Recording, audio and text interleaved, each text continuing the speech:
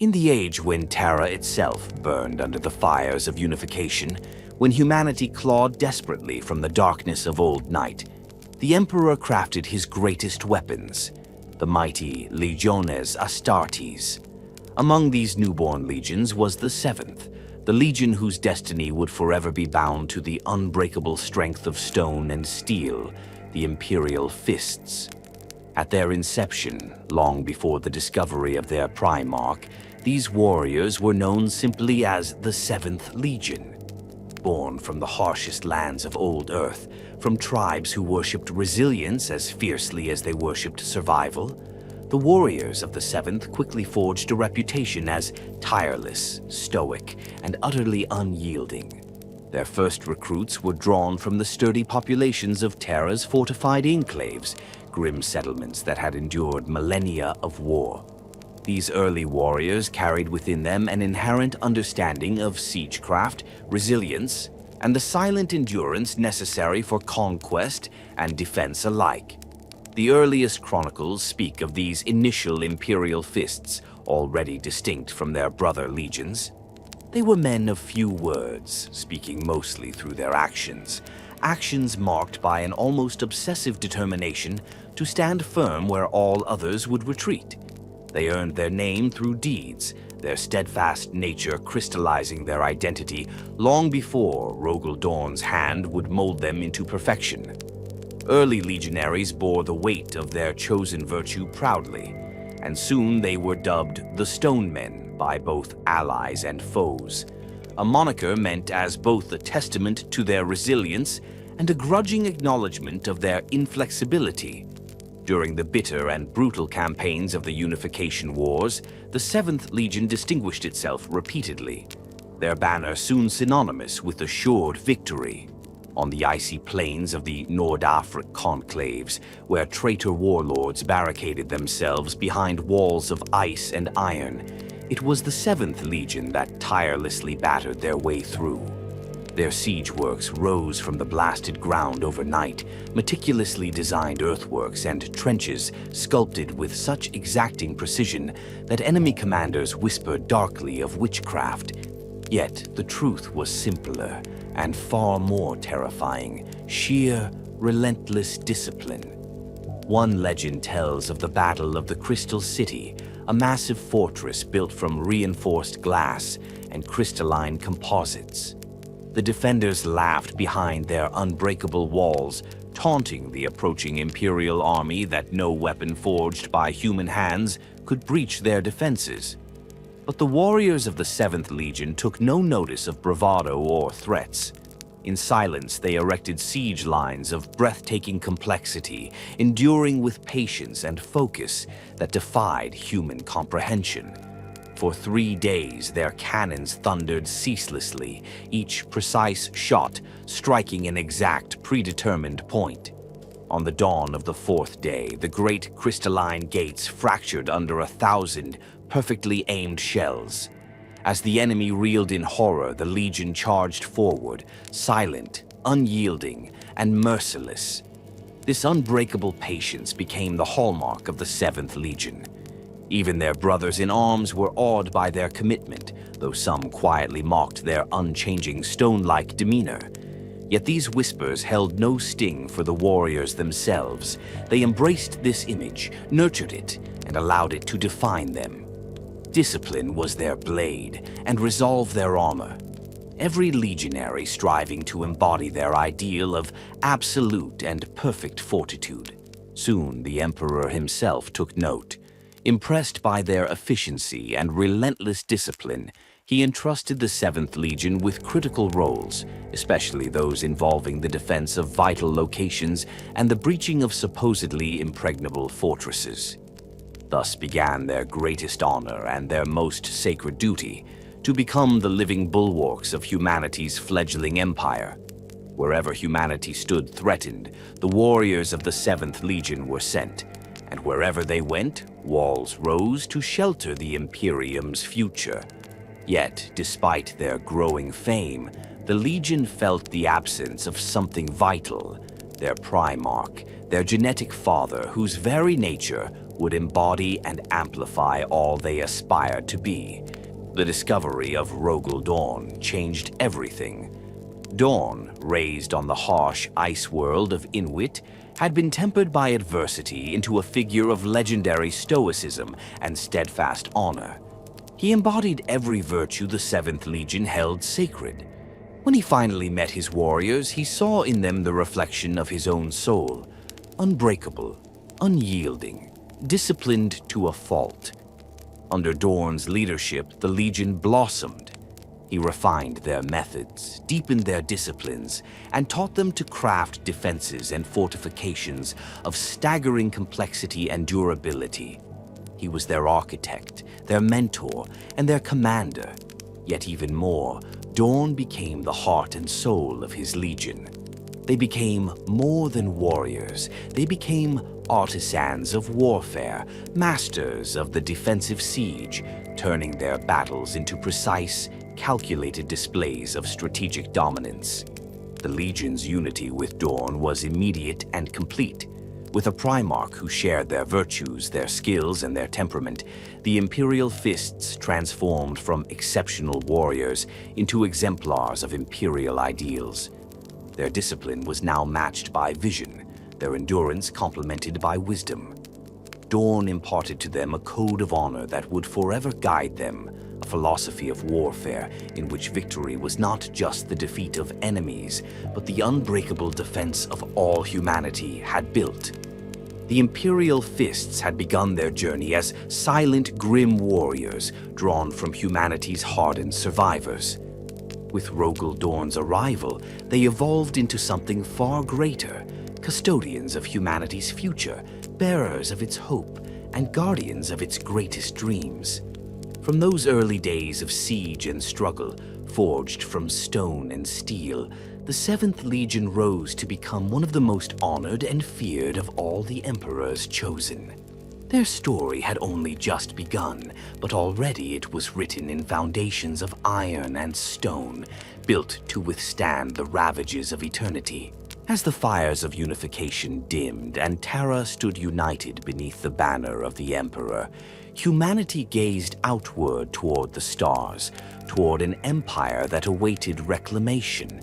For this grand endeavor, the 7th Legion, now christened the Imperial Fists under the hand of their Primarch, Rogal Dorn, became integral, stepping beyond the cradle of their birth world into the vastness of space itself. Their first great mission within the Great Crusade was nothing less than the conquest and consolidation of countless worlds. These worlds had long drifted apart, isolated through centuries of darkness and ignorance. Yet, to the Imperial Fists, each new conquest was more than mere victory. It was an obligation, a sacred duty to fortify humanity's place among the stars. Under Dorn's guidance, they transformed each planet into a bastion of the Imperium, leaving behind a tangible legacy wherever their boots touched soil. At the heart of their early crusades was the immense fortress monastery known as the Phalanx. Discovered by Dorn adrift and abandoned near his adopted world of Inuit, the Phalanx was a wonder of engineering, a mighty edifice that dwarfed entire orbital stations. Reconstructed and expanded under Dorn's watchful eye, it became a symbol of the Legion's might, an impenetrable fortress in space, capable of deploying thousands of warriors at once and anchoring the Imperial presence in contested sectors. With the Phalanx at their side, no fortress could withstand the Fists' siege, and no defense could break their iron grip.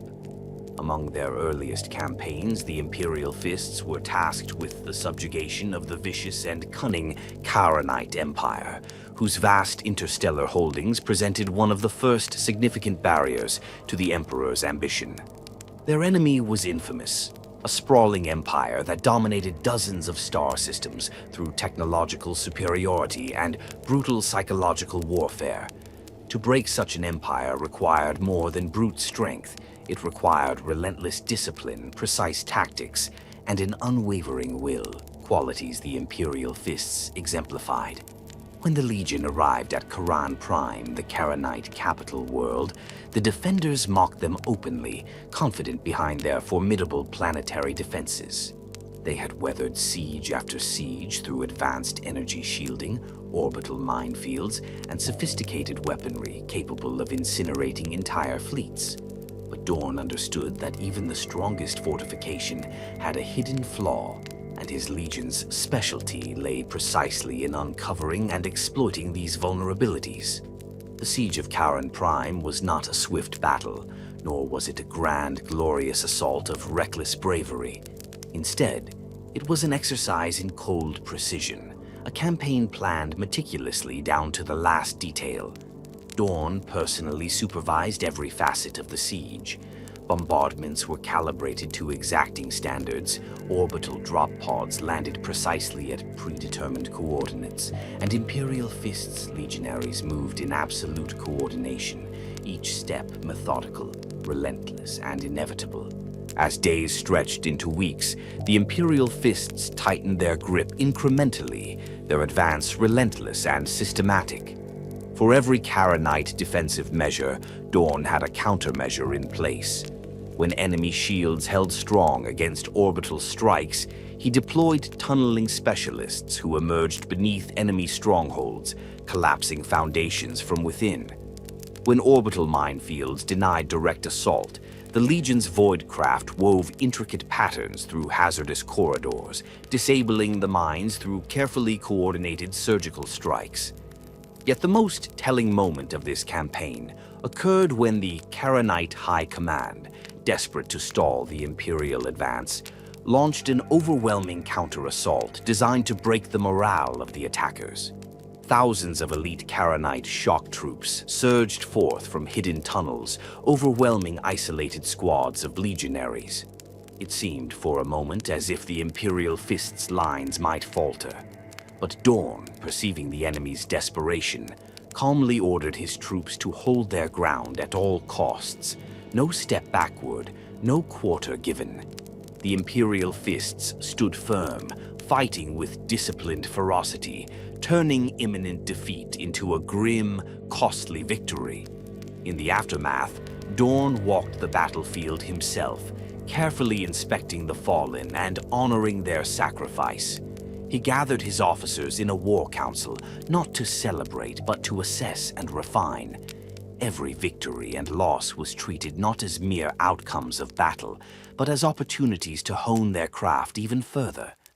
Dorn's leadership transformed the campaign into a lasting lesson in endurance, precision, and strategic mastery. With Karan Prime broken, the entire Karanite Empire collapsed swiftly afterward, star system after star system surrendering or falling silent before the relentless advance of the Imperial Fists. In every conquered world, Dorn established monumental fortifications, immense citadels that served both as symbols of imperial strength and as bastions capable of withstanding any future threat.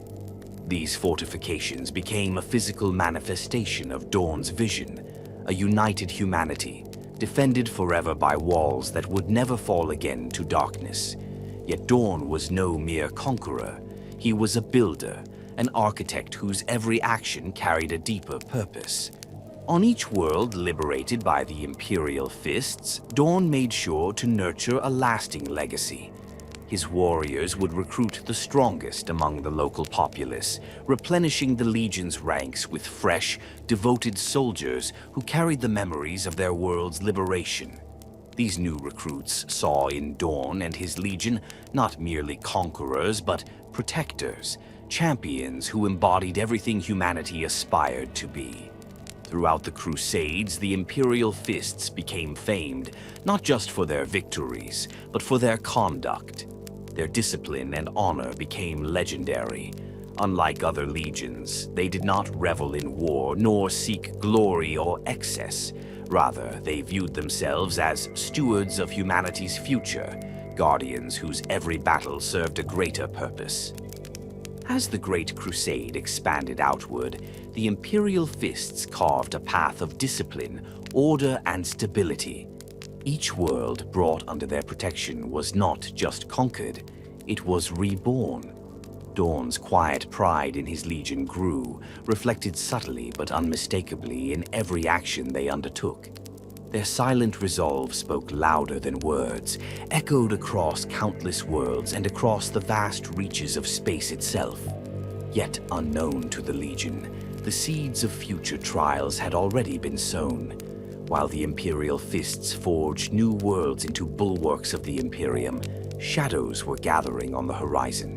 Destiny had marked them for trials far greater than mere conquest, trials that would test the strength not only of their defenses, but of their very souls. Far from the monumental sieges and the grand fortifications erected across distant stars, a subtle yet profound struggle unfolded within the heart of the Imperial Fist Legion itself. The arrival and subsequent integration of Primarch Rogal Dorn had undeniably transformed his legion. Yet alongside the unifying strength he brought, hidden rivalries and bonds alike flourished quietly beneath the stoic veneer of brotherhood.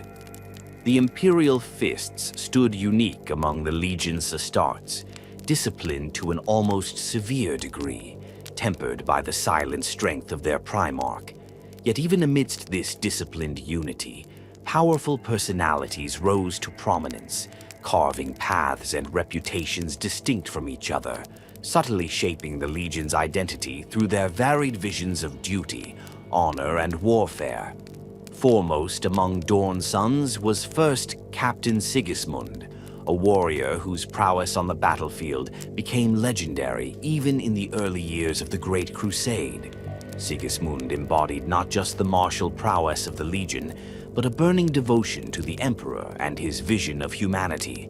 Fierce, relentless, and driven by unshakable faith, Sigismund's unyielding spirit made him the ideal commander for Dorn's elite, an exemplar not just of strength, but of passionate zeal rarely seen within the otherwise stoic ranks of his legion.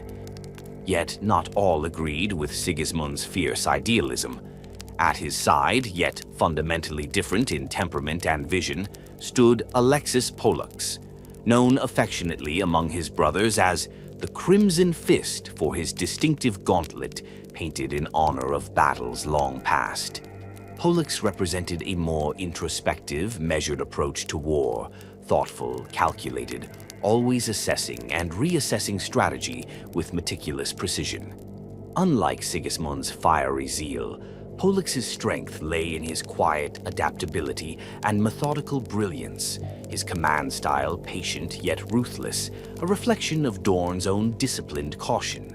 The rivalry between these two champions was never openly hostile, yet it shaped the Legion profoundly. Their debates became legendary among their fellow battle brothers, occurring during brief respites aboard the Phalanx or within the austere training chambers where Imperial Fists honed their skills tirelessly. To their warriors, these debates embodied not division, but balance, the fiery conviction of Sigismund tempered by Pollux's calm deliberation, a subtle yet critical duality shaping the Legion's ethos. In the campaigns against the Xenos Orcs of the sprawling Gargorian cluster, the tension between these two styles of warfare was put to a brutal test. The Orcs, ferocious and cunning, had entrenched themselves across hundreds of worlds, defying Imperial authority with savage tenacity. Dorn tasked both commanders to lead simultaneous operations, challenging each to prove the supremacy of their methods without compromising the Legion's unity. Sigismund's approach was direct, brutal, and devastatingly effective.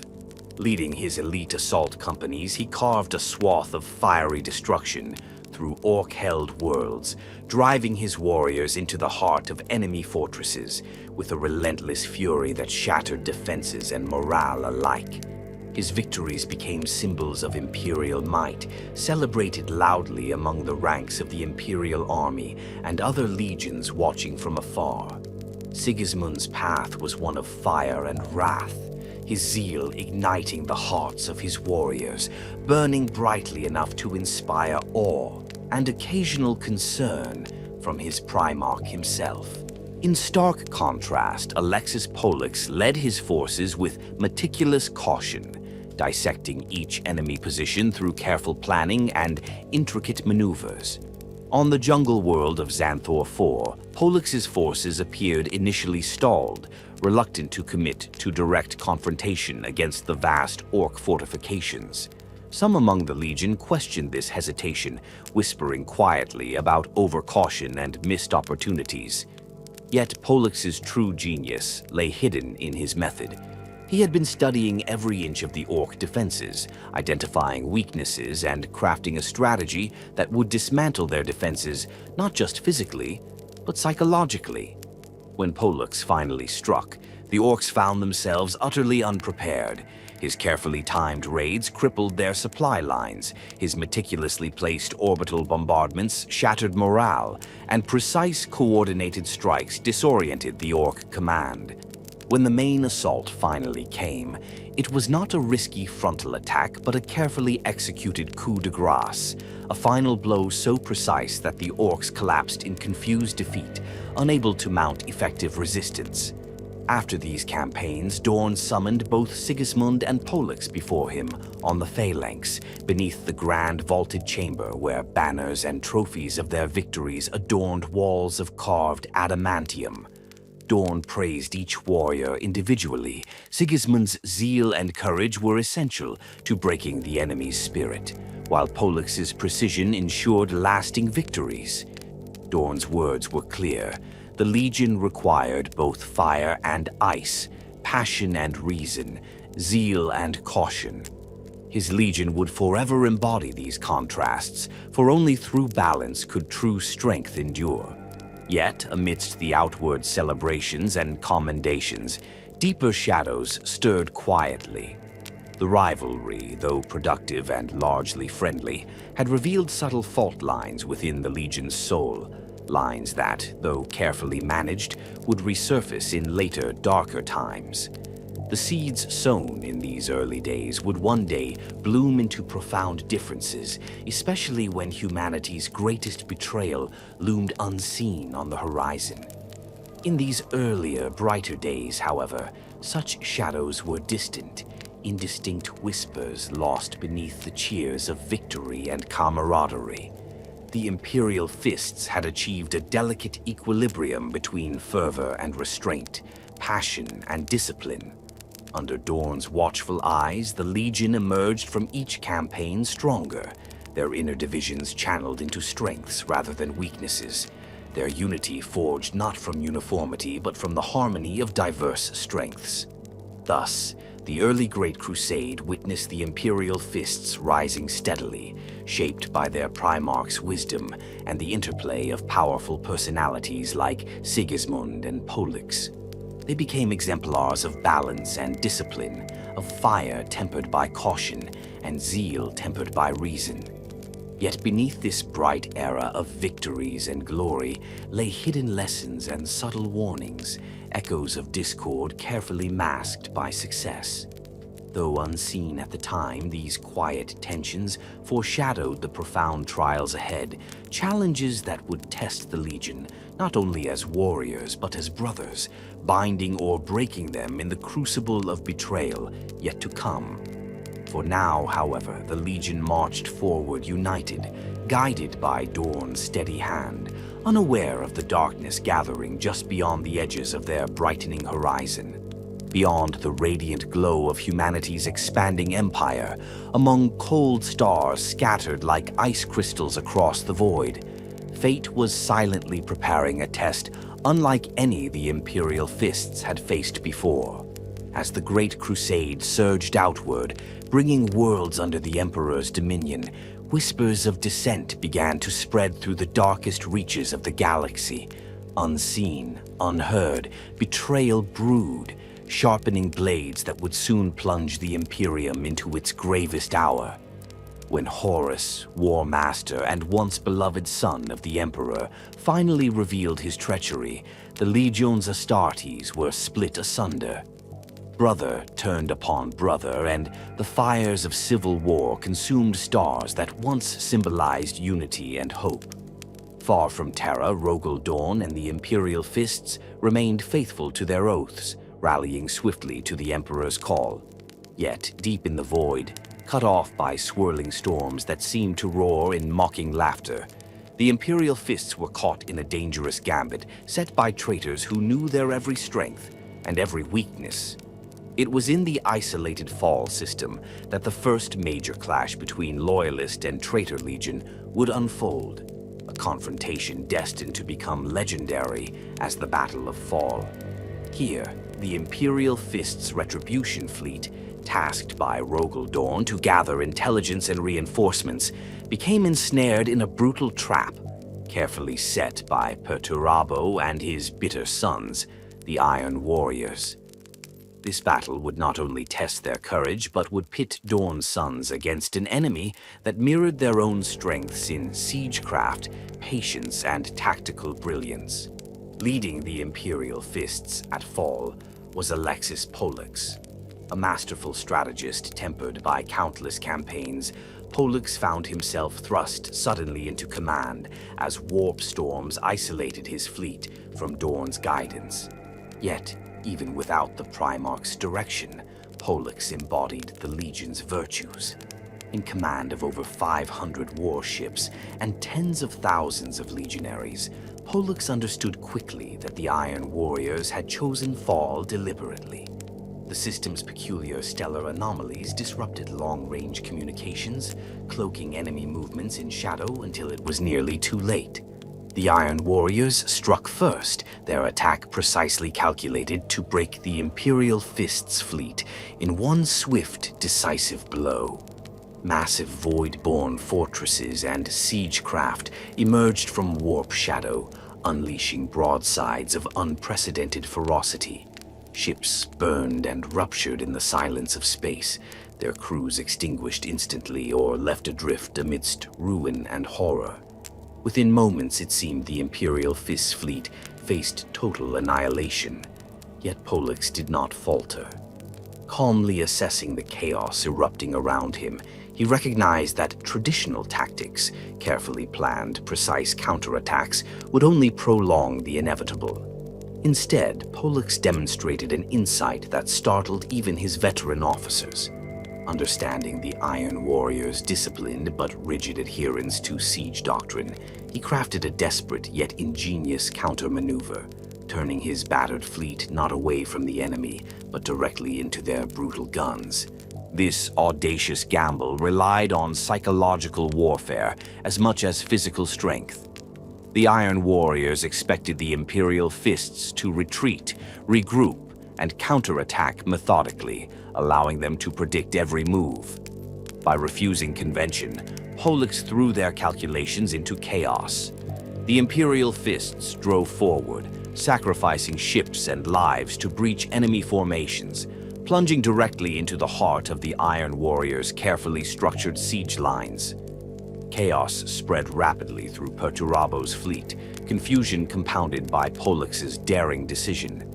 The two legions clashed ship to ship in ferocious boarding actions, fighting amidst the wreckage-strewn darkness of shattered hulls. Imperial Fists Terminators led brutal assaults, teleporting onto enemy vessels and carving through bulkheads with unstoppable fury, their storm bolters echoing like thunder within the confined corridors. In turn, the Iron Warriors resisted with stubborn determination, defending their siegecraft with bitter desperation. Both sides knew that victory at Fall could decisively influence the unfolding war. Deep aboard the Imperial Fists flagship, Pollux himself led his warriors, an unyielding presence at the front lines. With each shattered bulkhead, each foe cut down, his warriors drew strength from his example. His gauntlet, painted deep crimson, soon became darkened further with blood, earning him lasting renown among his legionaries. Throughout the chaos, Pollux's voice remained steady, his commands measured, instilling courage in even the most desperate corners of the battle. Yet, as the battle raged, Pollux faced a fateful decision. His command staff informed him that the storms around Fall were briefly thinning. A small window opened, just long enough to break away and race toward Terra, an opportunity to reinforce their Primarch and the Emperor himself. Torn between duty and survival, Pollux weighed the cost of withdrawal, leaving hundreds of brothers stranded, abandoning them to certain death. Yet he also understood that to fail the Emperor at Terra's hour of greatest need would doom far more than those under his immediate command. With a heart heavy but resolve unshaken, Pollux made his grim choice. He ordered the fleet to disengage swiftly and break free, leaving behind a sacrificial rearguard whose grim courage would forever echo in the Legion's memory. The remaining Imperial Fists fought to the last breath, not one voice raised in dissent, accepting their fate with stoic resolve, buying precious time with their blood. Their sacrifice ensured the fleet's escape, granting the Imperium vital reinforcements in its darkest hour. The Battle of Fall, thus, became more than just another confrontation in the sprawling galaxy-wide conflict. It became a testament to the heart and soul of the Imperial Fists Legion. The battle revealed their true character under impossible circumstances. Resolute, unyielding, courageous, beyond measure, yet tempered by the grim reality of war. It laid bare their capacity to endure sacrifice, to carry burdens others could not bear, to make decisions others would shrink from, driven always by loyalty to their Primarch and the Emperor. In the cold aftermath, as fall fell silent once more, Alexis Pollux gazed out across the wreckage-strewn void from the battered bridge of his surviving ships. Victory had come at an unbearable cost, yet it was victory nonetheless, one bought by the bravery of brothers whose names would forever be carved into Legion history. Yet, in Pollux's heart burned a deeper truth. Fall was merely the beginning, a harbinger of the darkness yet to come. The Imperium teetered on the edge of annihilation, and every Imperial Fist understood their next battle would not merely decide their Legion's fate, it would determine the very survival of humanity itself. In all the endless dark reaches of space, there existed no fortress more formidable, no citadel more sacred than the Imperial Palace of Terra. Constructed over centuries by the greatest minds humanity had ever known, this sprawling complex of adamantium, ceramite, and gold stood as a testament to mankind's unyielding ambition and boundless resilience. Yet, for all its splendor, even the greatest fortress required defenders equal to its majesty, and none were more worthy of this honor than the Imperial Fists. When the grim news of Horus's betrayal first reached Rogal Dorn, the Primarch wasted no time. Understanding instantly that the traitor's path would inevitably lead them to humanity's heart, Dorn returned immediately to Terra. The Imperial Palace, his responsibility, his life's greatest work, needed preparation. Dorn gathered his warriors and, with ruthless efficiency, began transforming the grand Imperial capital into a bastion so unbreakable that even gods would tremble before its walls. Every brick, every corridor, every armored gate of the Imperial Palace bore Dorn's personal imprint. He examined the palace defenses relentlessly, his critical eyes scanning each fortification, probing for weaknesses, refining every measure. Under his watchful direction, towers rose higher, walls grew thicker, and countless gun emplacements bristled along battlements like iron spikes. Dorn poured himself into the monumental task with an intensity that inspired and awed even his closest brothers in arms. Yet beneath Dorn's meticulous oversight lay deeper preparations. The Primarch understood well the psychological dimension of warfare. Terra could not only be physically impregnable, it must become a symbol, a beacon to inspire defiance across the Imperium.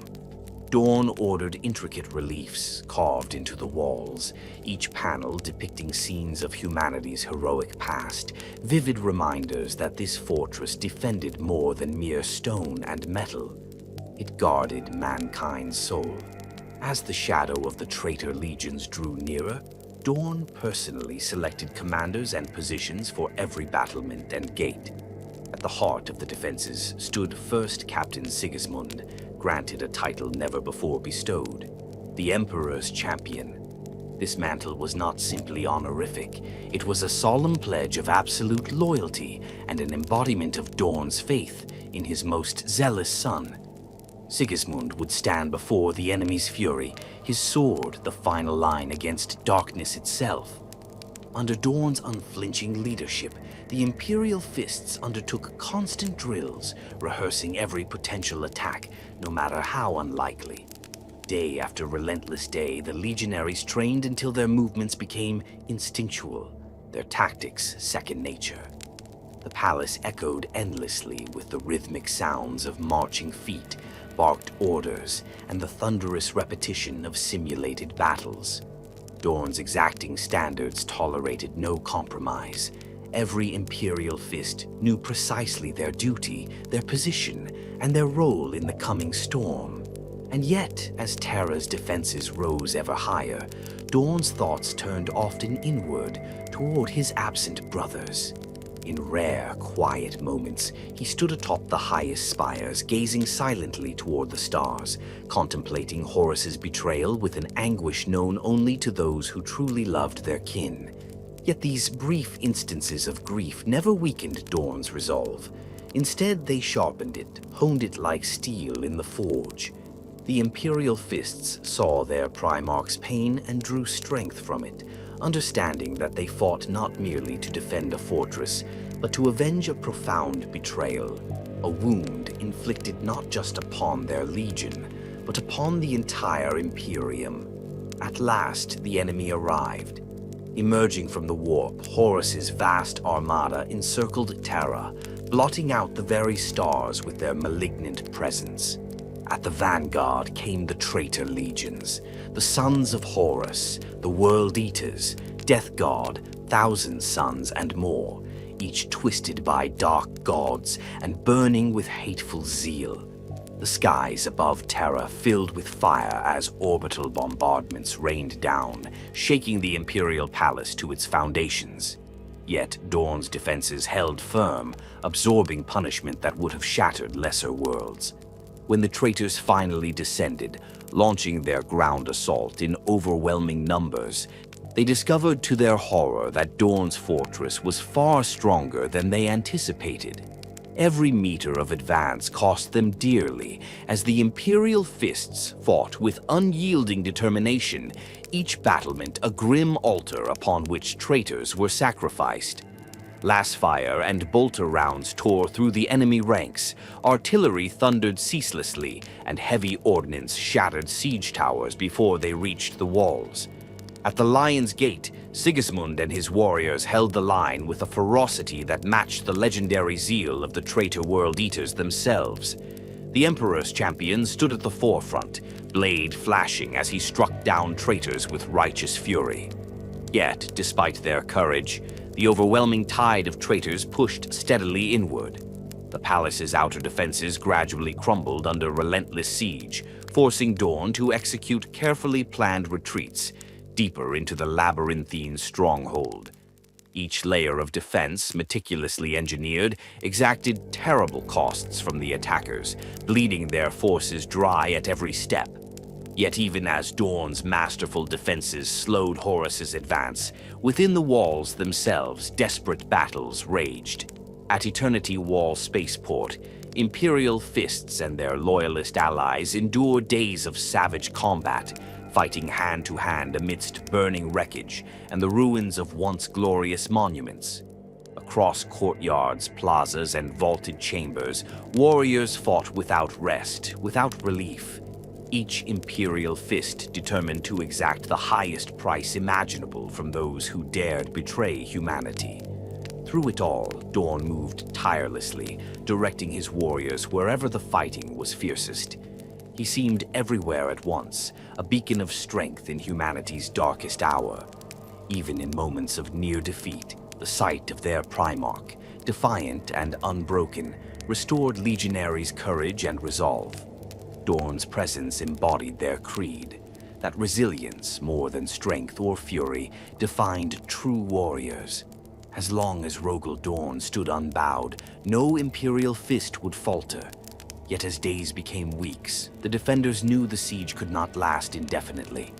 The Emperor himself, sensing the critical moment had come, made preparations to face Horus directly aboard his flagship, the Vengeful Spirit. Dorn's heart broke at the decision, yet he understood its necessity. Gathering Sigismund and his elite warriors, Dorn prepared to hold the Imperial Palace one final, desperate time, buying precious moments for the Emperor's desperate gamble. As Horus's flagship loomed above, its presence darkening Terra's skies, Dorn stood upon the battered battlements, gazing upward. Around him, his legion waited, silent yet resolute, their armor scarred and battle-weary, but their hearts unbroken. They knew their fortress, their beloved Terra, might fall, yet their spirit never would. Rogal Dorn raised his sword, speaking words simple yet profound. "Brothers, we are the Emperor's walls. We will not break." His warriors echoed him, their voices rising like thunder over the burning world. "We will not break." As the traitor legions surged forward for their final assault, every Imperial Fist knew one truth clearly above all others. Here, at humanity's darkest hour, they stood firm. They would defend Terra or die upon her sacred walls, hearts forged not merely from courage or resolve, but from unbreakable stone itself. The siege of Terra was over. Horus was dead, his rebellion crushed beneath the iron boot of loyalists. But for Rogal Dorn and the Imperial Fists, there could be no peace. The price of victory had left scars deeper than any blade or bullet. The galaxy lay wounded, broken by betrayal and bloodshed. Yet, even amidst this ruin, darker battles still awaited. Wars waged not merely for conquest or defense, but for honor, pride, and redemption. For Rogal Dorn, there remained one unresolved feud, a rivalry born from bitterness and competition that stretched back long before Horus's rebellion. This rivalry was rooted not merely in opposing doctrines or clashing temperaments, but in something far deeper, a shared mastery of siegecraft, a mirrored reflection between two Primarchs whose legions had always stood as dark counterparts. Perturabo, Lord of the Iron Warriors, had long nursed resentment toward Dorn, envious of the respect and acclaim bestowed upon the Imperial Fists.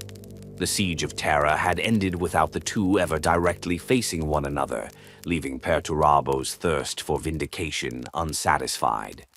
Perturabo knew Dorn well, understood his pride, his stubbornness, and most importantly, his sense of responsibility. He conceived a plan designed not merely to confront Dorn, but to annihilate his pride, his legacy, and his legion in a single brutal stroke. On the desolate planet of Sebastus IV, Perturabo constructed his ultimate trap, a fortress so complex, deadly, and twisted that it came to be known forever afterward as the Iron Cage. Word reached Rogal Dorn, deliberately spread by agents loyal to Perturabo, taunting the Imperial Fists, daring Dorn personally to assault the Iron Cage. Perturabo's challenge was more than a mere provocation. It was an assault on the very identity of the Imperial Fists, mocking their reputation as masters of siege warfare, ridiculing their honor. Dorn knew the challenge was a trap. Indeed, he knew that accepting might well doom his legion. Yet Dorn's sense of duty and pride left him no alternative. To ignore Perturabo's challenge would betray everything he stood for and everything his legion represented.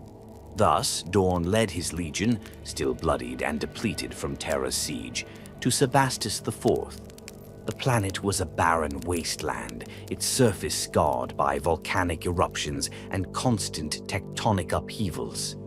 At its heart stood Perturabo's fortress, a monstrous construct of iron, stone, and ceramite, designed not merely to repel an assault, but to devour it utterly. From the first moment the Imperial Fists touched down on Sebastus IV, they faced unrelenting resistance. The terrain itself seemed to betray them, littered with hidden trenches, minefields, and cunningly concealed gun emplacements that spat devastating fire from every conceivable angle. Entire squads vanished in sudden explosions or were cut down by merciless crossfire before they could even identify their attackers. Communications between units fractured and failed, as Perturabo's expertly engineered interference arrays distorted orders and responses alike.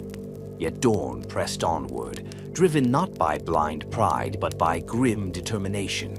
Each step forward cost dearly, yet each step reinforced the Legion's resolve. Dorn personally led assaults, his golden armor scorched and battered, his sword carving through iron warriors who surged forth with a cold, mechanical precision. Around him, his warriors fought not with anger, but with relentless discipline, pressing on through fields of devastation, refusing to yield even an inch of ground willingly. Days of brutal combat blurred into weeks, each assault grinding the Imperial Fists closer to the central bastion, yet exacting an ever-mounting toll in lives. Ammunition dwindled, armor shattered, blades snapped under the constant strain of battle. Still, Dorn's legion fought forward, inch by bloody inch, refusing to retreat or surrender. Perturabo watched from afar, content to see his enemy bleed upon his perfectly constructed defenses. Yet even he could not entirely hide his frustration. The Imperial Fists refused to break, enduring losses unimaginable, yet maintaining their cohesion and discipline in the face of every possible horror. Dorn's warriors, he realized, were driven not merely by pride or duty. They were bound by a strength of will, forged in the fires of Terra, tempered by the deepest sacrifice.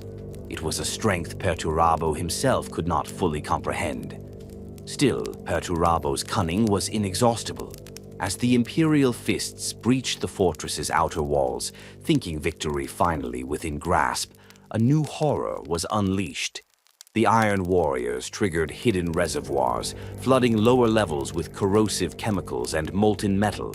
Entire squads were consumed instantly, others horribly maimed, their agonized screams echoing through the tunnels and chambers of the fortress. It was a moment of profound despair, a trial designed not merely to kill, but to break the soul. Yet even then, the Imperial Fists endured. Their legion had long embraced suffering as the crucible that forged their indomitable spirit. Rogal Dorn, battered and bloodied yet undaunted, rallied his surviving warriors for one final push. Though exhausted beyond mortal limits, their armor shattered, weapons depleted, the Imperial Fists surged into the heart of the Iron Cage, with nothing left but sheer willpower. At that moment, a turning point arrived, not from within the fortress itself, but from the heavens above. Robuti Gilliman and the Ultramarines fleet appeared suddenly in orbit, drawn by distress signals sent before Dorn's communications were entirely cut off. Perturabo, sensing the siege slipping from his control, bitterly withdrew his Iron Warriors, abandoning the field rather than face fresh reinforcements. The Ultramarines descended swiftly, pulling Dorn's surviving warriors from the ruins of the Iron Cage, saving what remained of the Legion. Yet Dorn himself refused immediate extraction, standing amidst the shattered remains of the fortress, staring silently at the ruined battlefield. He saw clearly the cost of his pride, measured in thousands of fallen warriors whose loyalty had never wavered. For 7 full days afterward, Dorn secluded himself aboard the Phalanx, subjected to the Pain Glove, an agonizing ritual designed to bring absolute clarity through unbearable physical torment. When Dorn finally emerged, he was forever changed, not weakened, but strengthened by the grim truths he had faced. He had seen clearly the dangers of unchecked pride, of vengeance pursued at any cost. The Imperial Fists would endure, their strength not diminished, but tempered, refined and honed to greater purpose. the Legion would never forget the blood spilled in the Iron Cage. It would become a sacred memory, a testament to endurance, courage, and sacrifice. Thus, the battle at Sebastus IV passed into Legion legend, known forever simply as the Iron Cage. Its lessons shaped the Imperial Fists profoundly, turning pride into wisdom, pain into strength, and tragedy into unity. Never again would they fall prey to such a trap. Never again would their pride blind them. From that day onward, their Legion would march forward stronger, humbled, but never broken, guided by Dorn's unyielding spirit and the bitter wisdom bought with blood. The fires of the Horus Heresy had dimmed, but the galaxy was far from healed. The Imperium was in shambles, its borders fractured, its legions scattered, its purpose shaken to the core. In this fragile moment, what remained of mankind's defenders stood before a question that cut deeper than any sword.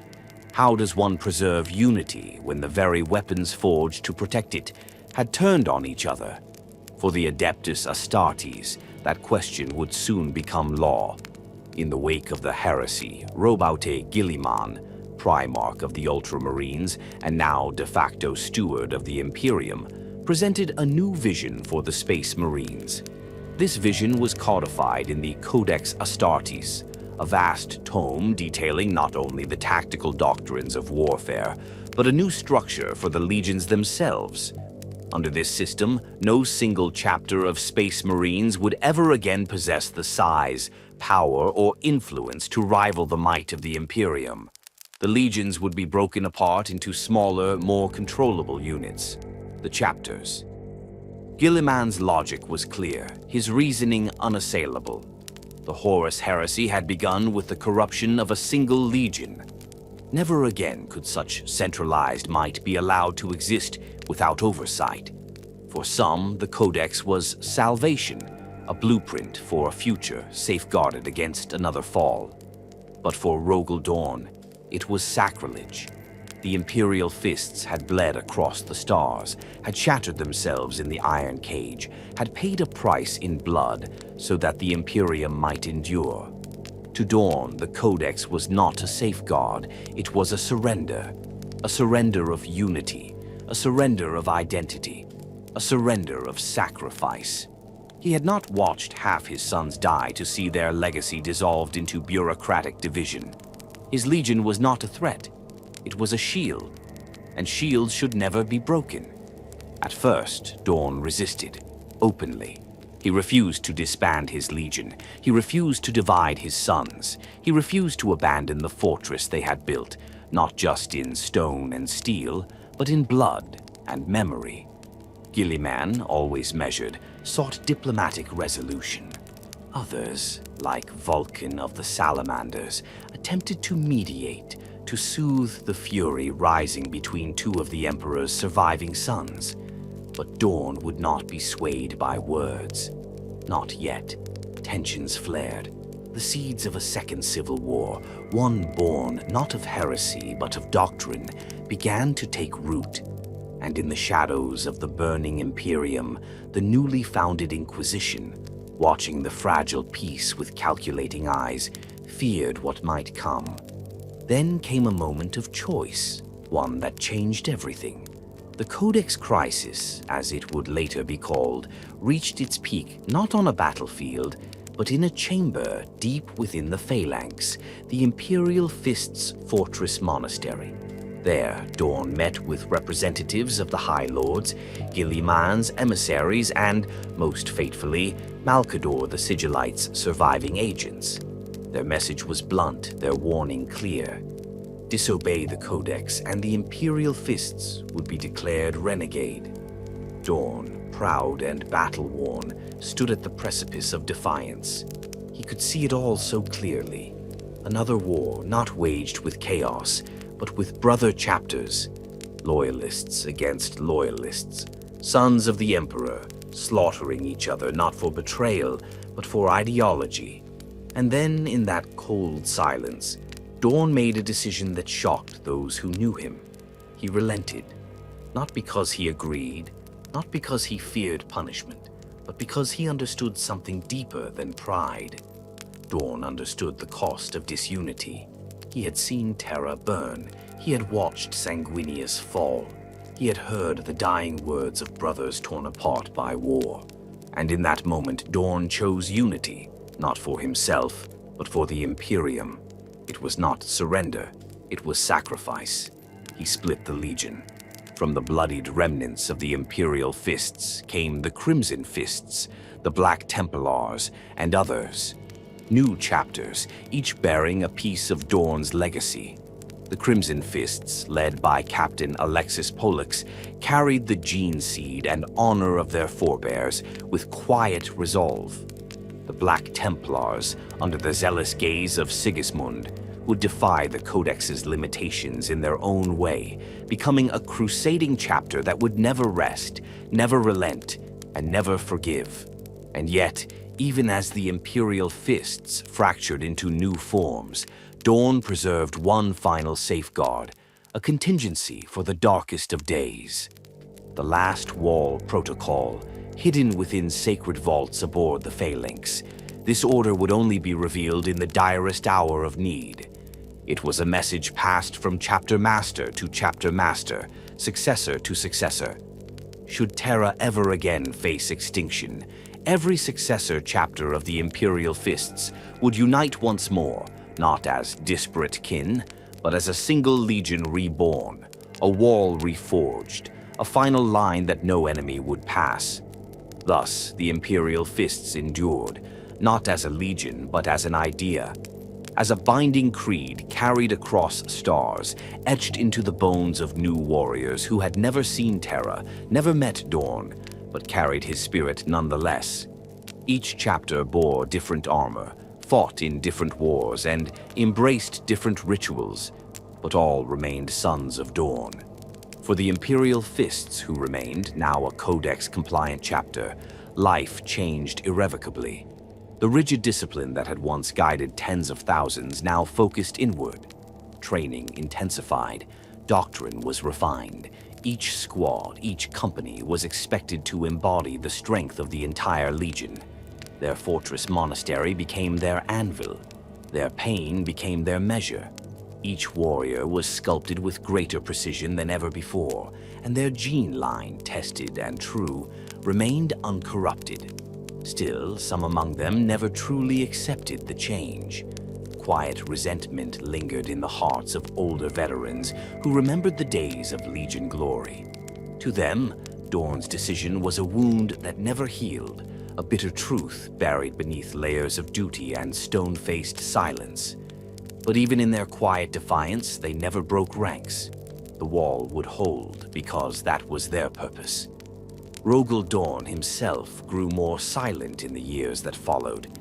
Though he had chosen the path of unity, it had come at a cost, one measured not in lives lost, but in identity surrendered. He spent more time in solitude, more hours in reflection, and many wondered if the great architect of the palace now labored to build something no fortress could contain, peace with his own choices.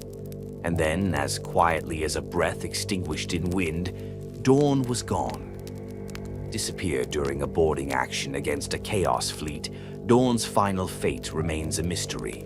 Only his shattered gauntlet was recovered, sealed in stasis aboard the Phalanx, as both relic and tombstone. Some say he died in battle, never yielding, defending the Imperium until his last breath. Others whisper that he still lives, watching from the void, waiting for the time when his sons will need him again. But regardless of truth, one thing is certain. Dorn's legacy did not die with the Legion. It endured, through the Imperial Fists, through the Crimson and the Black, through every warrior who knows that walls are not made of stone or steel, but of sacrifice, of loyalty, and of purpose. The breaking of the Legion was not its end. It was the forging of a shield that would span the stars, a wall that would never fall. The sundering of the legions had birthed a new Imperium, fractured, watchful, and weary. The Horus Heresy was a scar that would never fully heal, and its legacy was felt in every shrine, every fortress, every breath drawn behind armored helms.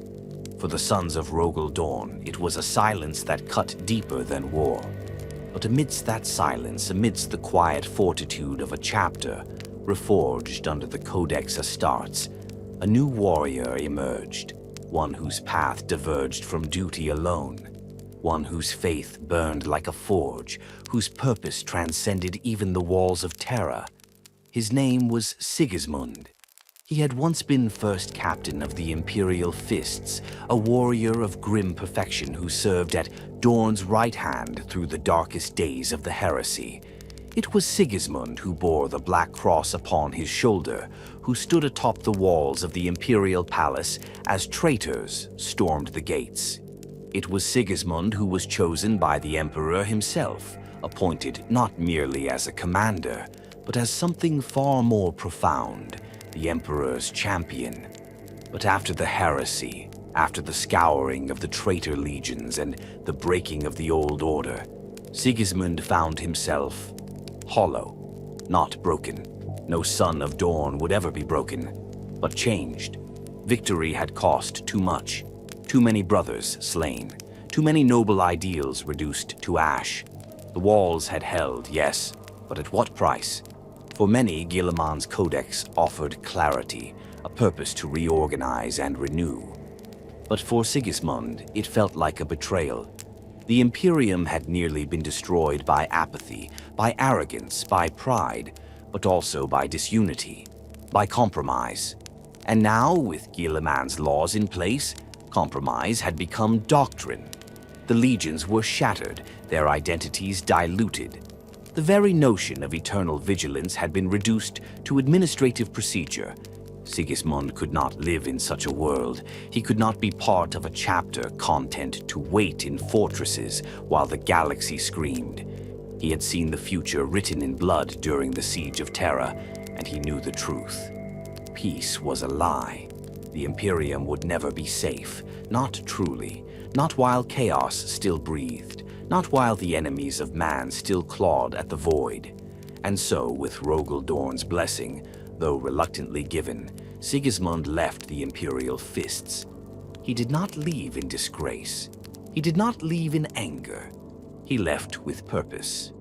Gathering a cadre of like-minded warriors from among the Legion's veterans, Sigismund formed what he would call a crusade chapter, a body of warriors untethered by the static defense of any single bastion. These warriors would not build walls. They would be the sword. They would carry the Emperor's light into the stars and set fire to every shadow that dared creep into his domain. Thus were born the Black Templars. They were unlike any other chapter. Where others honored the Codex with ritual and precision, the Black Templars viewed it as suggestion, useful but never absolute. They rejected the idea of a static chapter home, instead adopting massive warships as roaming fortresses, launching fleet after fleet into the void. Each Templar took personal vows of hatred, vengeance, and loyalty. Each crusade they undertook was not a campaign but a holy war. They were paladins, knight-errants, zealots clad in ceramite, seeking not only to defend the Imperium, but to redeem it. Sigismund knew what Dorn had always feared but never admitted, that war was eternal, and in eternal war only the faithful survived. The Black Templars' first trials came not from chaos, but from scrutiny. Guilliman's adherents watched them carefully. Whispers emerged in the halls of power, whispers that the Black Templars skirted too close to heresy, that they honored a living emperor as a god, that they placed faith above doctrine, belief above bureaucracy. But Sigismund cared little for politics. He answered only to the emperor and to the vision he had given him during the siege, a vision of fire and judgment. When the Black Templars descended upon the heretic worlds of the Menezoid cluster, they made no demands, no offers of compliance. They declared Deus Vult, God wills it, and began the purging. The crusade lasted 37 years, and by its end, an entire sector had been scoured clean of rebellion and darkness. The Administratum, desperate for order, quietly acquiesced. The Templars, for all their unorthodox methods, worked, even as the Imperial Fists continued to honor Dorn's Stoic legacy, guarding vital systems, defending bastions, embodying the will of Terra. The Black Templars raged across the stars like a wildfire of divine vengeance. Sigismund had become more than a captain, more than a crusader. He was the first High Marshal, a living embodiment of righteous fury. His warriors followed him into battle not because of command, but because of faith. Sigismund's final crusade was his most legendary. In the closing years of M31, the mighty demon prince Doombreed, a monstrous champion of Khorne, emerged in the Ultima Segmentum, carving a bloody path through Imperial space.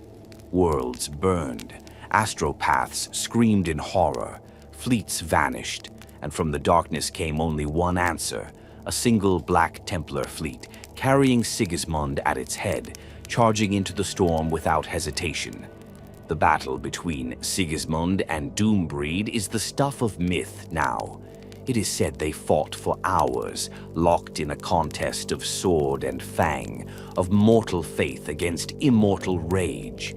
Sigismund, though wounded countless times, refused to fall. At last he drove his blade through the demon's heart, banishing it back to the warp in a blaze of divine light.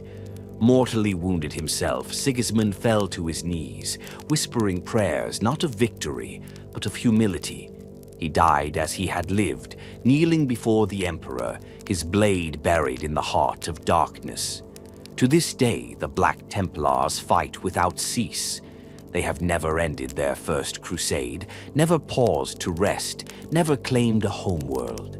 They do not stand guard, they advance. From segmentum to segmentum, they burn the heretic, slay the Xenos, and cast down the demonic with a hatred that never dims. High Marshals have risen and fallen since Sigismund, but all walk in his shadow. The Imperial Fists remember him not as a traitor to their doctrines, but as a martyr to their truth. Sigismund was the sword Dorn never swung, the fire he buried beneath stone, the wrath he feared would consume him, and though their paths diverged, both Primarch and Crusader stood for the same eternal creed, that the walls of the Imperium must be guarded, and its enemies must be hunted to the very end of the galaxy. Thus, Sigismund's legacy remains, not as a fragment of a broken legion, but as a burning flame that will never die, a flame that declares in every crusade and every vow, no peace, no forgiveness, no respite, only war, and faith without end. Where Sigismund's Black Templars had taken to the stars in an eternal storm of wrath and zeal, another shard of Dorn's shattered legion embraced a quieter, more solemn path, a path of duty, tempered by caution and defined by the ever-pressing burden of legacy. Among the many successor chapters of the Imperial Fists, one bore its founder's sorrow and discipline as a badge of honor, forging a legacy not through fire and fury, but through endurance, sacrifice, and bitter resilience. They were the Crimson Fists. Their story begins not in glory, but in the aftermath, after the breaking of the legions, after the adoption of the Codex Astartes, after Sigismund had turned away to follow his own divine calling. From the remnants of the 7th Legion, Chapter Master Alexis Pollux, the same master tactician who had commanded at Fall and had survived the Iron Cage, was chosen to lead a new chapter, one loyal to the Codex, yet fiercely committed to Dorn's ideals. He named them the Crimson Fists, in solemn memory of bloodied hands raised in defense of mankind. Where the Black Templars were fervor incarnate, the Crimson Fists were introspection given form. From the outset, they were a chapter of quiet warriors, men of deep thought and immense patience, bound together by a shared belief in duty above all else. Their fortress monastery, Rin's World, was not chosen for its beauty or power. It was chosen because it needed protection. The people of the world were vulnerable, the system under constant threat from Orc raiders and Xenos incursions. To the Crimson Fists, this made it sacred. For what better purpose could a chapter serve than to defend the helpless against the darkness? Under Pollix's leadership, the chapter flourished. The Crimson Fists became masters of rapid deployment and strategic defense. Unlike many codex-compliant chapters, they maintained extensive planetary defense protocols, capable of launching orbital counterstrikes with pinpoint precision.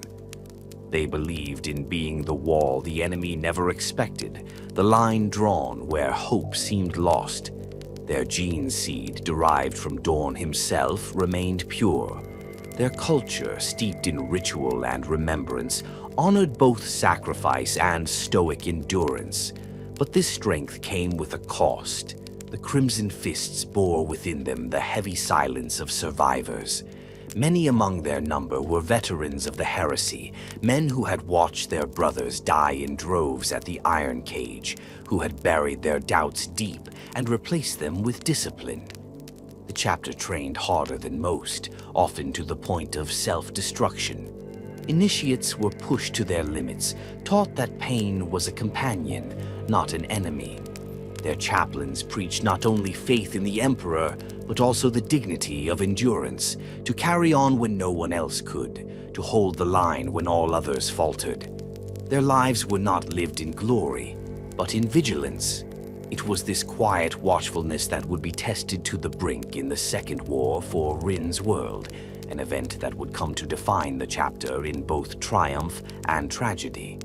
The Orc warlord Snagrod, the arch-arsonist of Sharadon, a brutal and cunning warlord unlike most of his brutish kin, had grown bold in his ambitions. He sought to carve a swath of destruction across the Segmentum Tempestus, and Rin's World stood directly in his path. The Crimson Fists had long prepared for such an assault, strengthening their planetary defenses, monitoring void traffic, maintaining early warning augurs. But fate is cruel, and even vigilance has its limits. The Orc attack came swifter than anticipated, bolstered by unexpected void craft and unregistered fleets. Yet the true blow was struck not by the greenskins, but by fate itself in the form of a catastrophic accident. As the chapter prepared its countermeasures, a missile meant to be launched at the Orc fleet misfired, its guidance system corrupted by interference and sabotage. Instead of annihilating the Orcs, it struck Arx Tyrannus, the Crimson Fist's own fortress monastery. The explosion was apocalyptic. In an instant, nearly 3 companies were obliterated. Veterans, leaders, archivists, battle brothers reduced to ash in their own sanctum. The devastation leveled the fortress, shattered centuries of relics and knowledge, and threw the entire chapter into chaos. Vox communications went dark. Command infrastructure collapsed. It was a massacre not wrought by enemy hands, but by a moment of tragic failure. And the Orcs were still coming. Chapter Master Pedro Cantor, heir to Pollux and a warrior of unmatched resolve, stood among the ruins of his chapter. Bloodied, half-deafened by the blast, armor fractured, he rallied the survivors with cold fury and unwavering command. The Rin's World campaign was no longer a defense. It was a desperate fight for survival. What followed was one of the most brutal urban wars in Imperial history. With barely a full company of Crimson Fists still combat-ready, Cantor organized a resistance campaign across the devastated cities and ravaged plains of the planet. Squads of Astartes fought alone, cut off from one another, embedded among human defenders and guard regiments. They held streets for hours, then retreated and counterattacked from alleyways. Entire neighborhoods became kill zones, ruins converted into ambush sites. Cantor himself led many of these assaults personally, inspiring the beleaguered survivors with an indomitable will that refused to crack. Even as the Orcs overran strategic sites and began deploying gargantuan war machines, the Crimson Fists fought on, not as an army, but as a brotherhood of ghosts, flickering across the battlefield, striking without mercy, disappearing before retaliation. In those long, bitter weeks, every Crimson Fist became a symbol to the people of Rin's world. Civilians formed militias under their guidance. Survivors took up weapons and fought alongside the Adeptus Astartes, not because they thought they could win, but because the Crimson Fists had shown them it was possible to fight at all. And then, when all hope seemed lost, relief arrived. The Imperial Navy, responding to Cantor's pleas and reinforced by elements of other successor chapters, arrived in system and shattered Snagrod's fleets. The Orcs, leaderless and broken, were purged in a sector-wide campaign that would take years, but the tide had turned. Rin's world had been saved, at a cost. Only a handful of Crimson Fists had survived. Of the chapter's 1,000 warriors, fewer than 100 remained active. Their fortress was dust, their gene seed banks compromised, their recruitment pools decimated. Cantor stood in the smoking crater of Arx Tyrannus and knew what Dorn would have said. Endurance is not survival. It is what you do after you survive. The Crimson Fists rebuilt. Slowly, methodically, they reforged their fortress, recovered lost relics, retrained their scouts. Cantor oversaw every aspect personally, refusing to delegate the burden of rebirth. Even now, centuries later, the chapter has never fully recovered its numbers. But that is not their shame. It is their strength. For the Crimson Fists endure. They do not crusade across the stars. They do not seek glory. They fight the forgotten wars, the lonely ones, the slow attrition, the border defenses, the patrols in empty space, the quiet vigil of duty. They are the sons of Pollux, whose fist turned crimson in sacrifice. They are the line that holds when the wall is cracked. They are the chapter that rises from rubble, bloodied but unbroken. And so, even as other chapters boast of victories and honors, the Crimson Fists carry a different legacy, not of conquest, but of survival that refuses to die. Above Terra, where the void stretches cold and endless, a monument to defiance sails on. Larger than cities, older than empires, more than machine or fortress, it is a shrine to sacrifice, to patience, to mastery. It is a bastion unlike any other, a weapon, a sanctuary, a relic of the age of gods. It is the Phalanx, the fortress monastery of the Imperial Fists, and the soul of their chapter. Even among the myriad war machines of the Imperium, the Phalanx is unique. Not a mere void ship, not just a mobile station. It is a relic of the dark age of technology, a vessel so vast and ancient that entire civilizations could vanish within its hangar decks. Discovered by Rogal Dorn orbiting Inwit, his adopted homeworld, the Phalanx was dormant when he found it, silent and adrift, like a sleeping god. Some say Dorn himself reawakened it with a single touch. Others claim he rebuilt it with his own hands, mastering systems so complex that even the Mechanicum of Mars could only gaze upon them with awe. Regardless of origin, the Phalanx became Dorn's gift to the Emperor, offered without hesitation, like a knight laying down his sword before his liege. The Emperor accepted it, of course, but made no effort to take it from Dorn. He knew that the Phalanx was not just Dorn's flagship, it was him, in steel and stone, in void shield and gravity well, in every carved corridor and layered deckplate. In the days of the Great Crusade, the Phalanx led the charge into uncharted stars. From its docking bays, battle barges surged forth like bolts of lightning. From its command decks, Dorn coordinated the campaigns of the 7th Legion across whole sectors. Entire subfleets used the Phalanx as a mobile command nexus, a hub from which hundreds of planets were brought into Imperial compliance. Its mere presence shattered resistance, for its silhouette in orbit meant not just war, but the arrival of mankind's most disciplined sons. And yet, The Phalanx was more than weapon or throne. Within its walls, culture bloomed, reclusiam shrines built of shattered enemy weapons, chapels carved with the names of every battle brother fallen in siege, training halls where Imperial Fists fought without pause for weeks at a time, laboratories where artificers crafted armor that bordered on sacred relics. Every inch of the Phalanx was a place of ritual, memory, and meaning. When the heresy erupted and Dorn returned to Terra, the Phalanx was the blade that hovered above the cradle of humanity.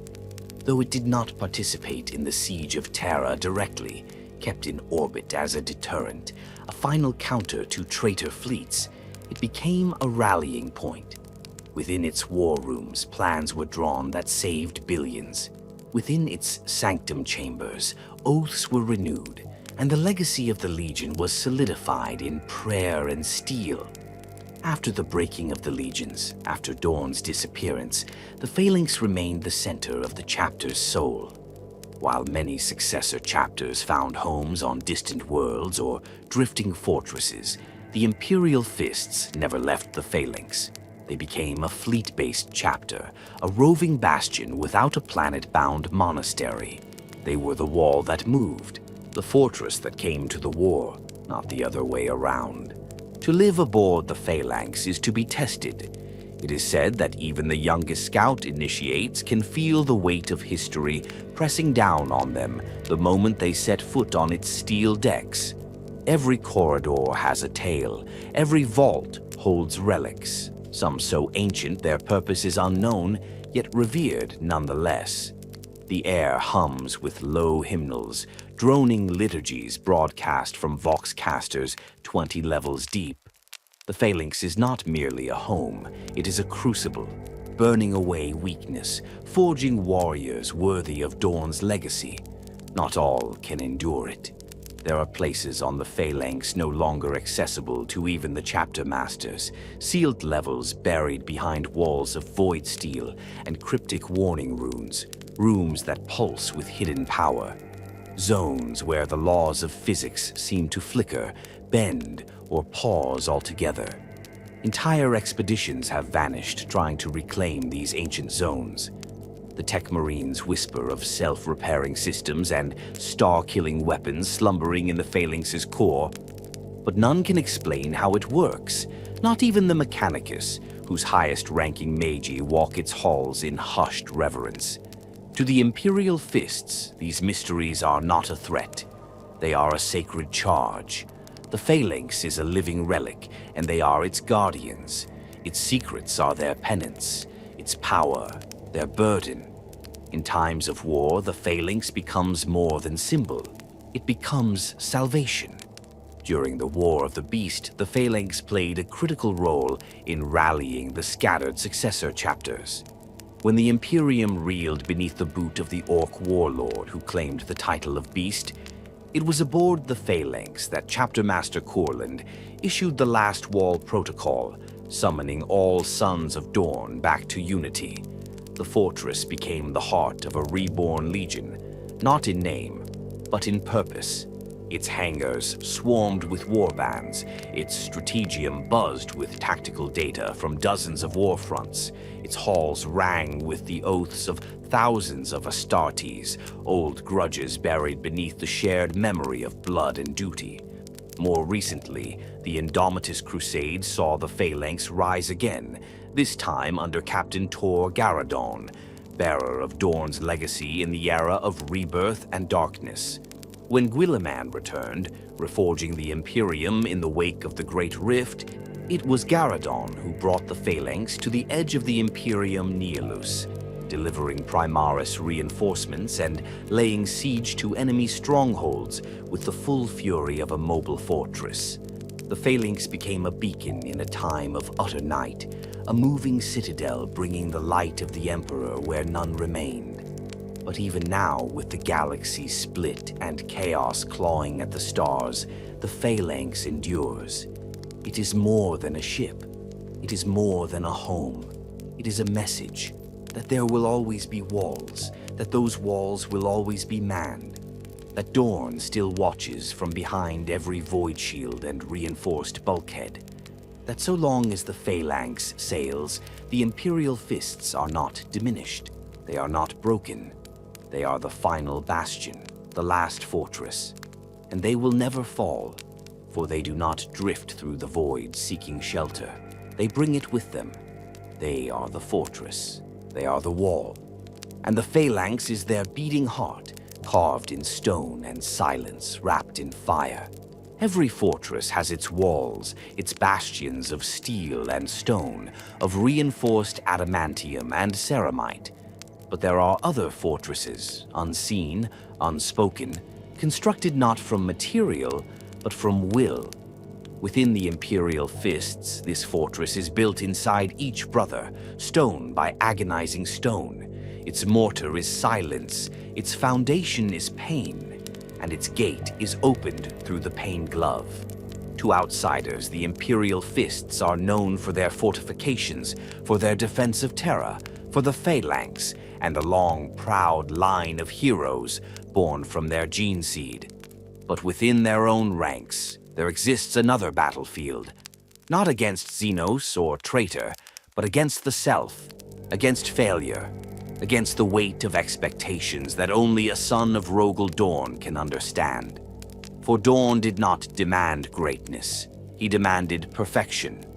It is from this impossible demand that the Pain Glove was born, not as punishment, but as penance. Not for cowardice or betrayal, but for anything less than complete mastery of body and soul. It is a relic, a device, a crucible that tests not just the flesh, but the very spirit of the warrior. The Pain Glove is no mere torture instrument.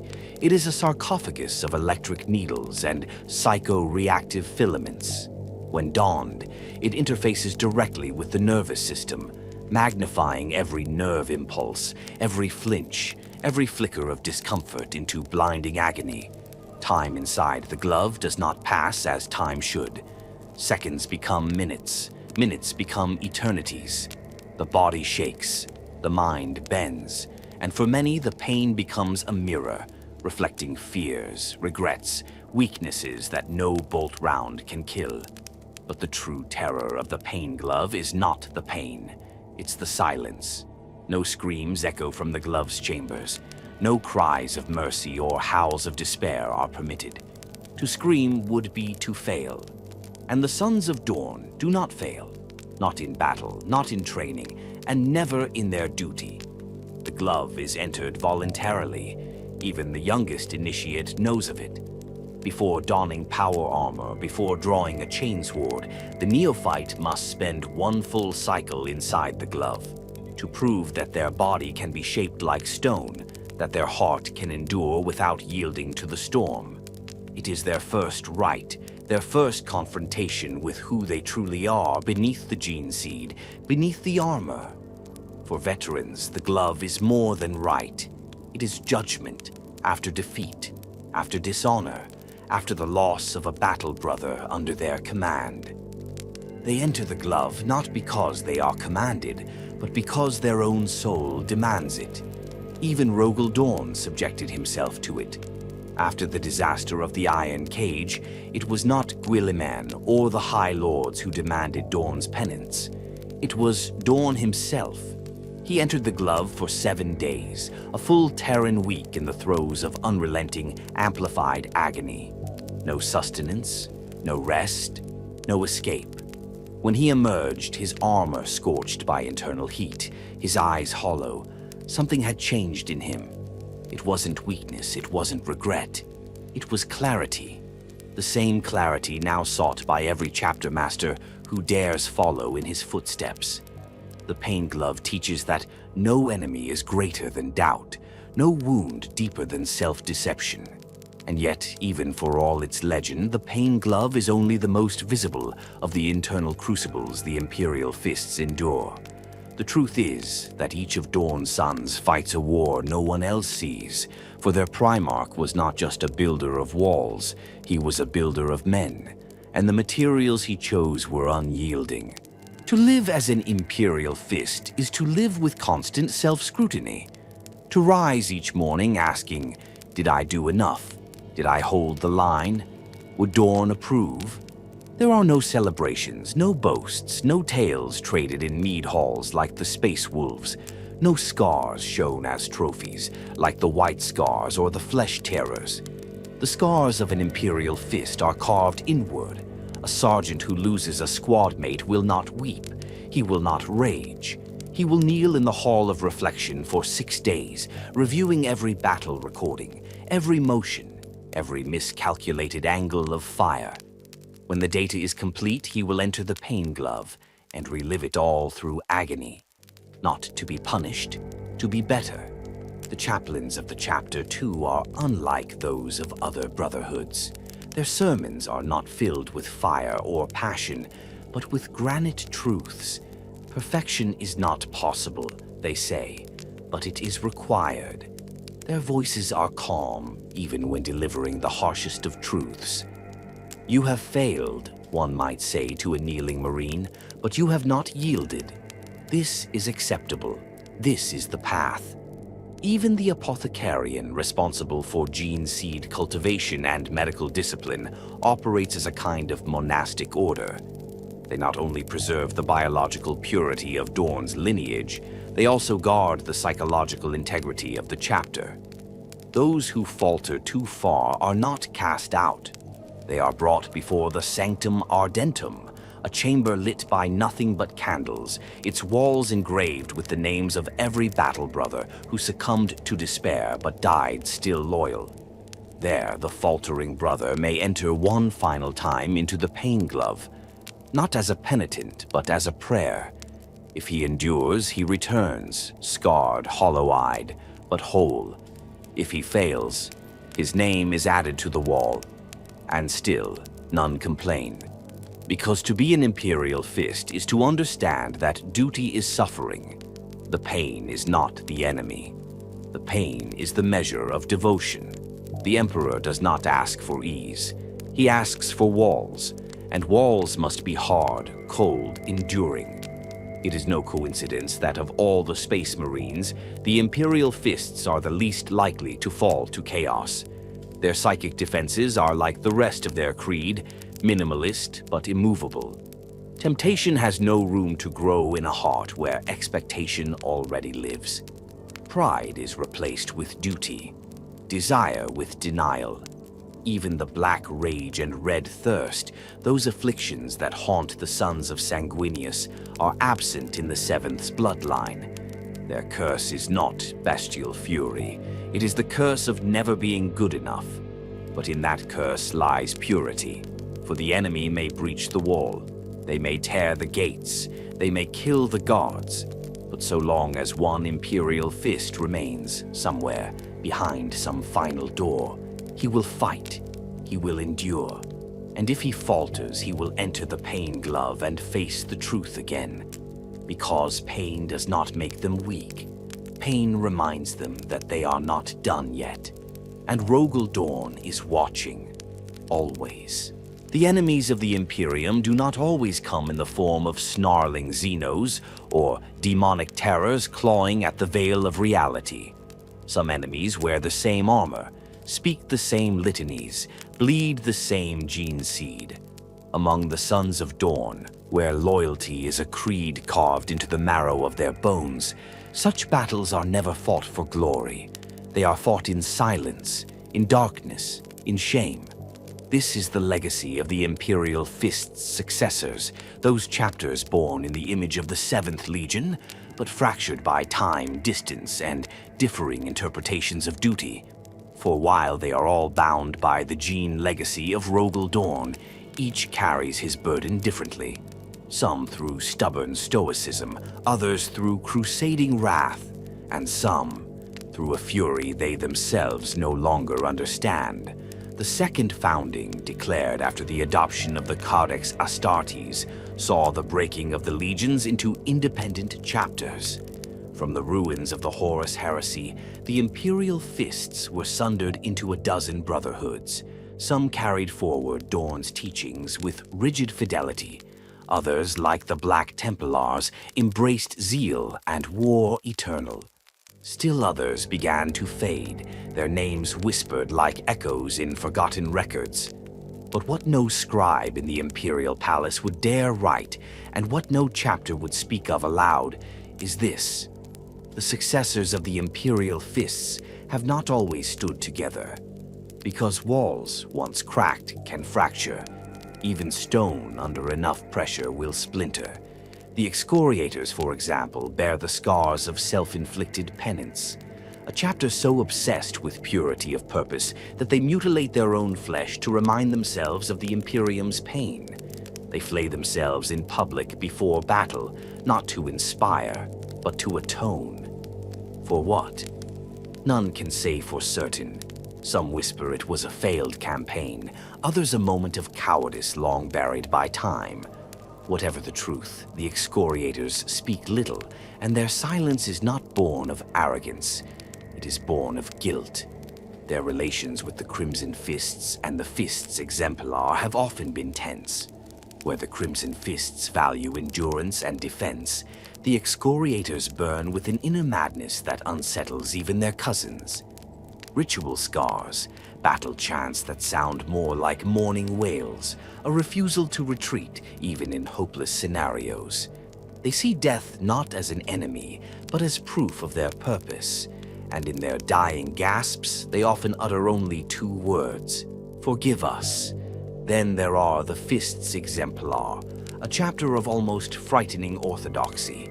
If the Crimson Fists are the shield and the Black Templars the sword, then the Fists Exemplar are the measuring stick. Every battle must align with the codex. Every maneuver logged, every casualty weighed against the greater pattern. Their ranks are filled with strategists and archivists as much as warriors, and their disdain for deviations from the codex borders on open hostility. During the Nova Terra interregnum, a political schism that threatened to tear the Imperium in half, the Fists Exemplar found themselves deployed to counter what they believed to be heretical interpretations of the Emperor's word. Their actions, though technically lawful, led to bitter bloodshed against loyal Imperial worlds that had diverged from strict compliance. In the aftermath, their relations with other successor chapters grew cold. Even the Imperial Fists themselves began to distance their kin from the Exemplar's methodical fanaticism. But perhaps the most troubling successor story is that of the Soul Drinkers. Born from the purest gene seed of Dorn, the Soul Drinkers were once among the most promising of the Second Founding. They fought with brilliance, blending siege tactics with rapid strikes, honoring Dorn's memory with every campaign. For centuries, they were paragons, until they disappeared. Over the millennia, something began to unravel within them. A philosophical schism rooted not in heresy, but in purpose. They began to question the High Lords of Terra, the bureaucracy that bled planets dry, the blindness of an Imperium that demanded sacrifice yet offered so little in return. They claimed that they were serving the Emperor directly, not the Imperium that had risen in his name. This led to confrontation, missions ignored, orders questioned, engagements waged without command approval. Their chaplains began preaching a gospel of purity, unfettered by hierarchy. The Inquisition took notice. And then, the worst happened. A warband of soul drinkers uncovered an ancient relic, the Shard of Dawn, a weapon said to have once belonged to the Primarch himself. But upon claiming it, something within the artifact twisted them. Mutation followed. Not in body at first, but in mind. Arrogance, defiance, the belief that they were above all judgment. Eventually, mutation of the flesh came too. Claws, extra limbs, eyes where there should be none. And still they claimed to be loyal. The Imperial Fists sent emissaries to investigate. They returned in stasis coffins. The Soul Drinkers were declared excommunicate traitoris, heretics. But even in damnation, they never stopped claiming loyalty to the Emperor. The tragedy of the Soul Drinkers haunts the Sons of Dawn more than any demon, any heretic, any alien horror, because it is a wound from within. A reminder that even perfection, when isolated, can rot. That even the most loyal gene line can produce a child that forgets why it was born. And yet, there is no purge, no crusade launched to annihilate every trace of these fallen successors. Because the Imperial Fists do not revel in purging their own. They remember, they watch, and when necessary, they act with silence, finality, and the sorrow of a brother burying another.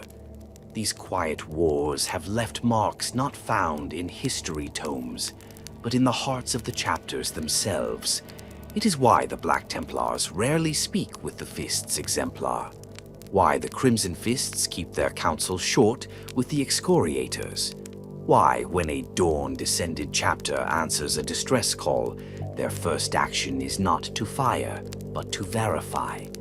The Last Wall Protocol, though forged for defense of Terra, has become more than a battle plan. It is a binding vow.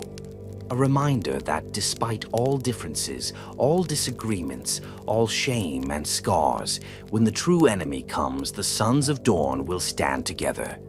Not in unity of belief, but in unity of purpose. Because walls may crack, stones may shift, but the foundation holds, even in the shadows, even in the shame. Even when Dawn himself is long gone, his spirit watches over his scattered sons. And in that shared silence, that buried guilt, that stubborn refusal to fail, the unseen war continues. When the stars wept, fire, and the heavens howled with the shrieks of dying worlds, there were no walls high enough, no bastions strong enough to contain the fury that descended on Baal. This was not the war of fortress and siege the Imperial Fists had mastered across millennia. It was something darker, something older, something primordial. A storm of claws and wings, hunger incarnate. The Tyranids had come. The devastation of Baal, as it came to be known, was not merely a war of survival. It was the crucible of blood. It was a reckoning for one of the Emperor's most noble sons, the Blood Angels.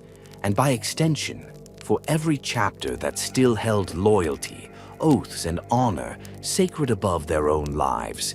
And among those who came to stand against the tide were the Sons of Dawn. For the Imperial Fists, the war did not begin with a call to arms. It began with a choice.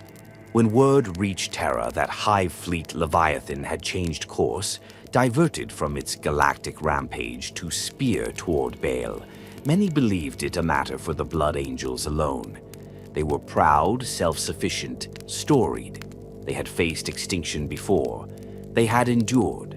But Chapter Master Vladimir Pugh, then an aging but unyielding sentinel of the Imperial Fists, saw what others did not.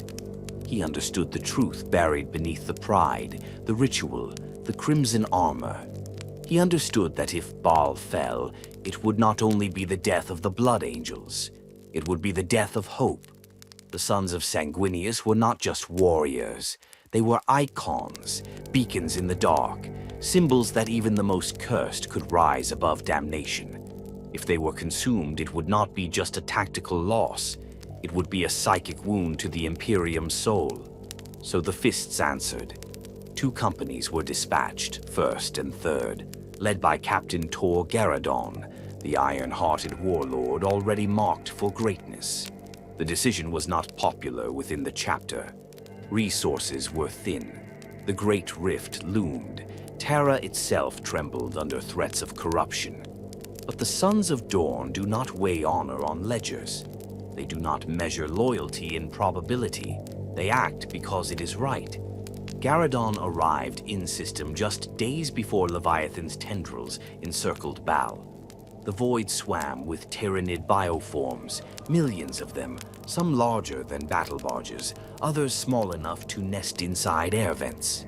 The sky was dark with wings. The surface of Baal's moons already writhed with alien horrors, consuming stone and bone alike. The Blood Angels had dug in, of course. Their fortresses on Baal Prime stood like shrines of vengeance. Their orbital platforms burned with firepower. But it was clear to all who witnessed the unfolding horror. This was not a war to be won. This was a war to deny defeat.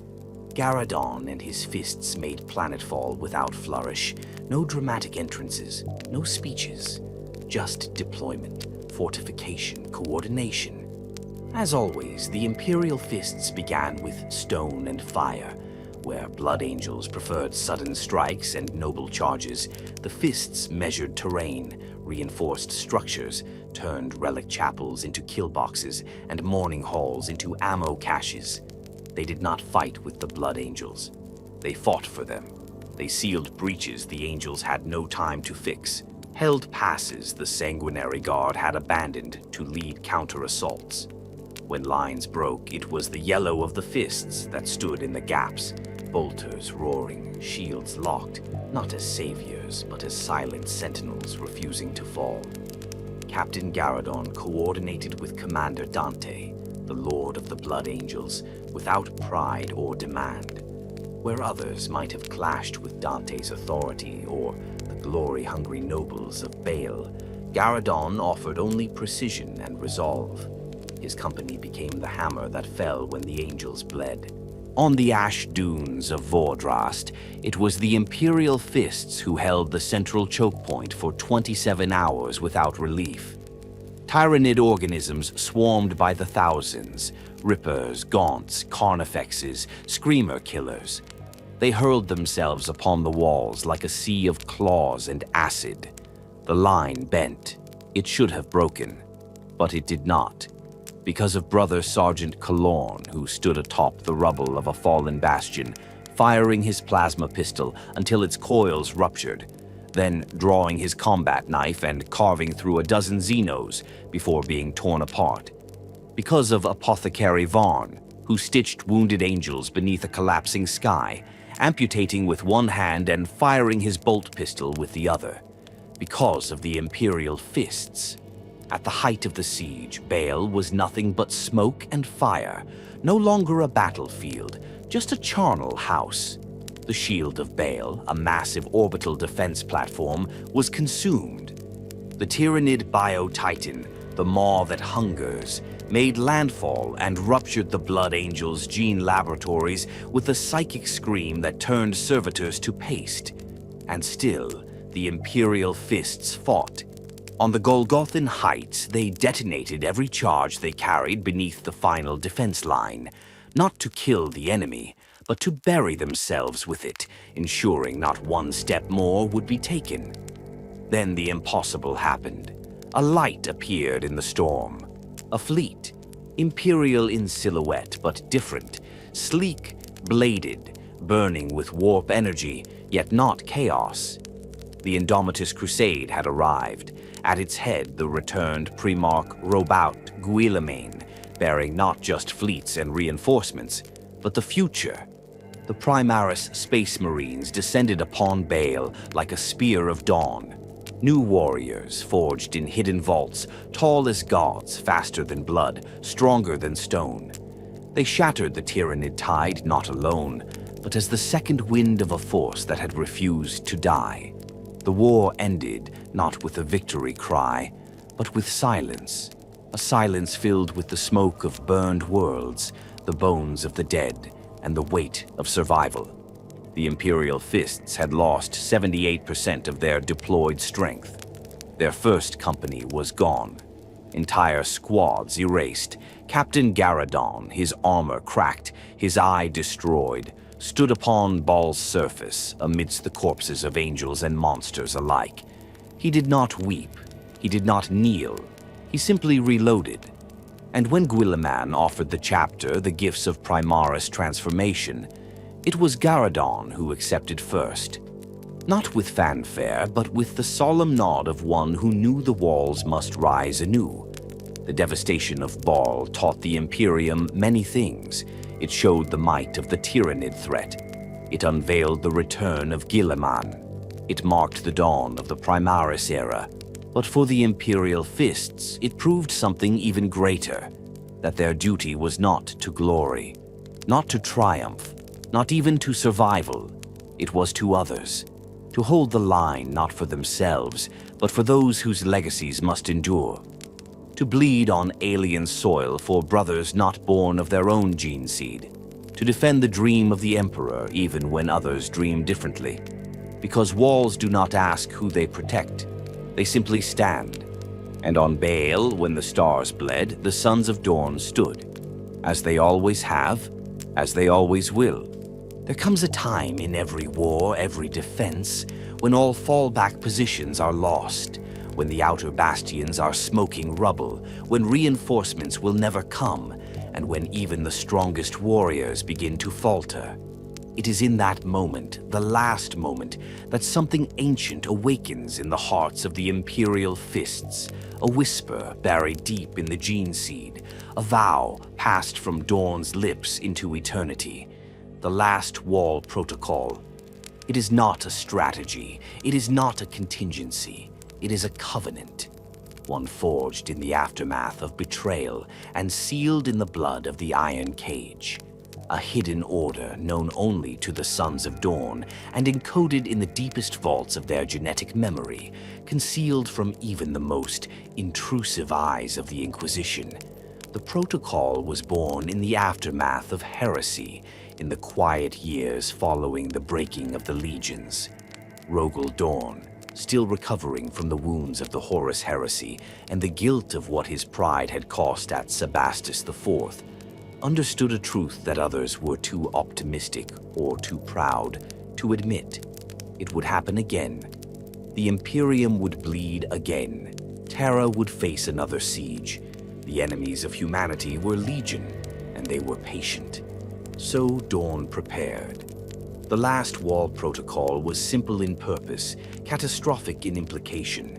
If the Emperor's throne world were ever again on the brink of annihilation, if the palace burned and the void above Terra was once more filled with fire, then all Sons of Dorn, no matter their chapter, no matter their wars, no matter their disagreements, would become one legion again.